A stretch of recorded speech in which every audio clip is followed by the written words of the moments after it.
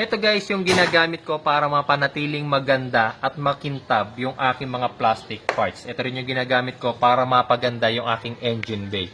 Sparkle 1 from Aeropack. Ilalagay ko na lang yung product link sa video description tsaka sa pin comments. Tapos, ito yung kanyang kayang gawin. Nakikita niyo, sobrang puti na ng aking stepboard. Spray lang mga bossing.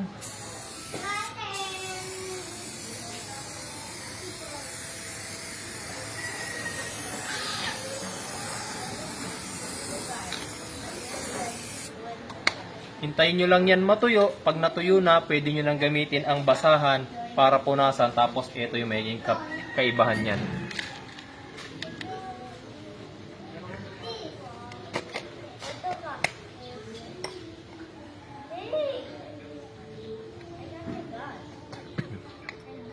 Tuyo na ako eh.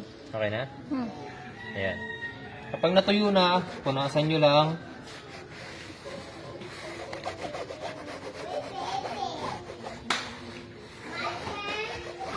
Ayan o, tingnan nyo naman yung kaibahan niya ngayon. Ang kagandahan sa kanya, hindi siya kagaya ng ibang chemicals na pag hinawakan yung ganon, parang oily. Ito talagang tuyo. Ayan o, tuyo siya.